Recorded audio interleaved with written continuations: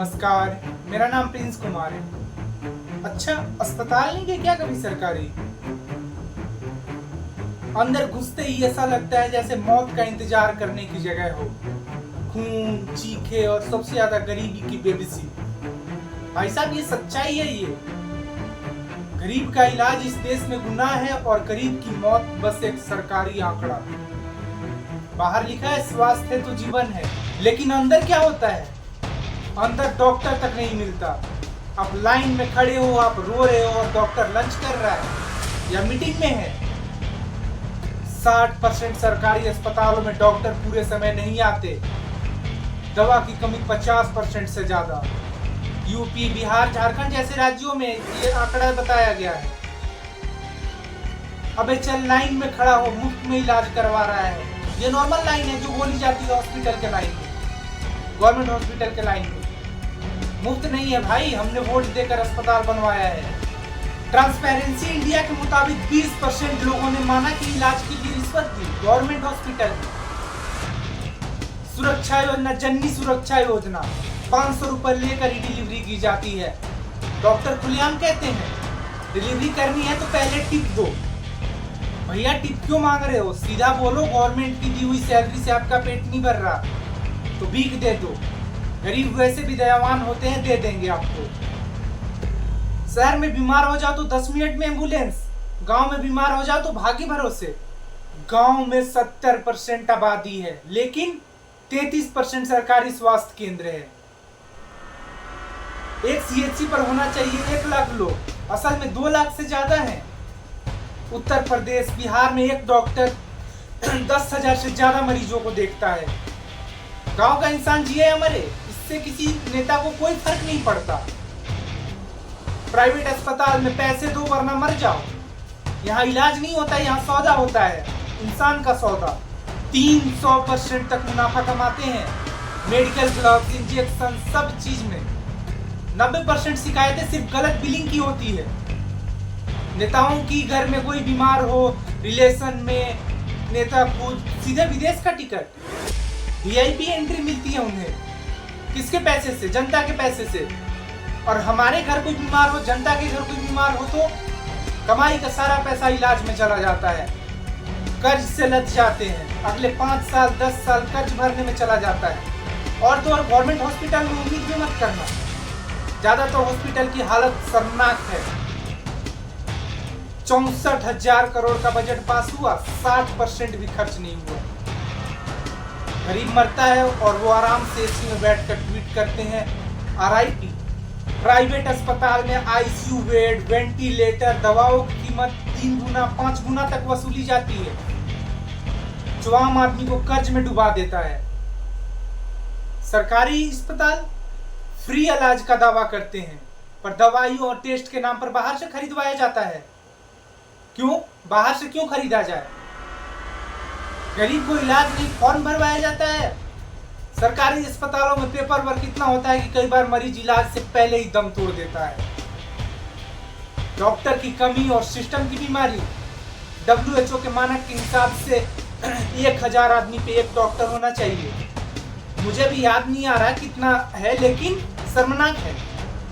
ये आप गूगल कर लेना, शर्मनाक है हालत। प्राइवेट हॉस्पिटल में मरीज की बीमारी से ज्यादा बिल का टेंशन होता है। कई बार मौत के बाद भी पैसा वसूला जाता है। प्राइवेट अस्पताल में मृत शरीर तब तक नहीं दिया जाता जब तक बिल क्लियर ना हो जाए। इससे इंसानियत भी शर्मिंदा हो जाता है। कई सरकारी डॉक्टर अस्पताल में सिर्फ सैलरी लेने आते हैं और फॉर्मेलिटी पूरा करने, इलाज का काम अपने प्राइवेट क्लिनिक में करते हैं। कई जगह पे मशीन है लेकिन ऑपरेटर ही नहीं है। सरकारी अस्पताल में CT स्कैन, MRI की मशीन तो है पर चलाने वाला नहीं है। मरीज को बाहर भेजा जाता है। अगर चलाने वाला है तो मरीज को बाहर क्यों भेजा जाता है? आयुष्मान कार्ड, नाम इतना बड़ा, लेकिन काम मुझे नहीं लगता है कि बड़ा है उतना। आयुष्मान कार्ड से इलाज की सुविधा बहुत कम अस्पतालों में मिलती है और बड़े प्राइवेट अस्पताल इसे मानते ही नहीं है। सरकारी अस्पतालों में 1 बेड पर 2-3 मरीज तक भर्ती होते हैं। इलाज कम होता है और बीमारी फैलने का डर ज्यादा। प्राइवेट हॉस्पिटल टेस्ट ऐसे लिखते हैं जो जरूरी ही नहीं होते हैं। बस पैसे कमाने के लिए। गवर्नमेंट हॉस्पिटल समय पर इलाज सिर्फ सपना रह गया है। बहुत कम जगह पे सुविधा अच्छा है। ऐसे सरकारी अस्पताल में इलाज के लिए 2-3 महीने की तारीख दी जाती है, बीमारी गंभीर हो तब भी। डॉक्टर ही व्यापारी बन गया है। प्राइवेट डॉक्टर्स को फार्मा कंपनी से कमीशन मिलता है, जितनी महंगी दवा लिखेंगे उतना फायदा होगा। कई बार सरकारी डॉक्टर ईमानदार होते हैं, लेकिन सिस्टम और कमीशन माफिया उन्हें काम नहीं करने देता। भारत अपने जीडीपी का सिर्फ 2.1% स्वास्थ्य पे खर्च करता है, वहीं अमेरिका 18%, चाइना 5% तक खर्च करते हैं। मेडिकल एजुकेशन महंगा बिजनेस है ये। एमबीबीएस करना प्राइवेट कॉलेज में 1 करोड़ तक महंगा है, तो ऐसे डॉक्टर कैसे सेवा की सोचेंगे? जो 1 करोड़ रुपए पढ़ाई में लगाएगा वो सेवा की नहीं सोच सकता। गरीब का इलाज अब सपना बनता जा रहा है। सरकारी अस्पतालों की बदहाली और प्राइवेट की लूट ने गरीबों को जीते जी मौत के हवाले कर दिया है। स्वास्थ्य अधिकार है, लेकिन आज वो सिर्फ कागजों में है। सरकारी अस्पताल की हालत खराब है और प्राइवेट अस्पताल गरीबों के बस की नहीं है, वहां सिर्फ लूटपाट है। समस्या नहीं है कि सिस्टम बिगड़ गया है, समस्या है कि हम सब चुप हैं, झेल रहे हैं उस समस्या को। क्या कर सकते हैं इसके लिए हम लोग? भारत को स्वास्थ्य पर जीडीपी का कम से कम 6% खर्च करना चाहिए, कम से कम जनसंख्या के हिसाब से। ज्यादा बजट होगा तो ज्यादा अस्पताल और ज्यादा सुविधाएं होंगी। एमबीबीएस की सीटें बढ़ाए जाए, मेडिकल कॉलेज हर जिले में हो, सरकारी डॉक्टर्सों की भर्ती तेजी से की जाए, उन्हें ट्रांसफर और प्रमोशन का डर ना हो। टेक्नोलॉजी से पारदर्शिता लाएं, हर अस्पताल का बिल, दवा, टेस्ट रिपोर्ट और इलाज ऑनलाइन ट्रैक होनी चाहिए।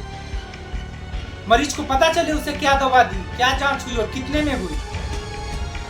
प्राइवेट अस्पतालों पर सख्त कानून बनना चाहिए। प्राइवेट अस्पतालों की मनमानी रोकने के लिए सरकार को एक प्राइस कंट्रोल अथॉरिटी बनानी चाहिए, जो इलाज के रेट को तय करे। बॉडी रोकने जैसे मामलों में सीधा जेल और लाइसेंस कैंसिल तक की सजा होनी चाहिए। मेडिकल एजुकेशन को सस्ता और सरकारी करें। अगर डॉक्टर बनने के लिए करोड़ों लगेंगे तो वो सेवा नहीं कर पाएगा, ऑब्वियस सी बात है, वो सिर्फ बिजनेस करेगा।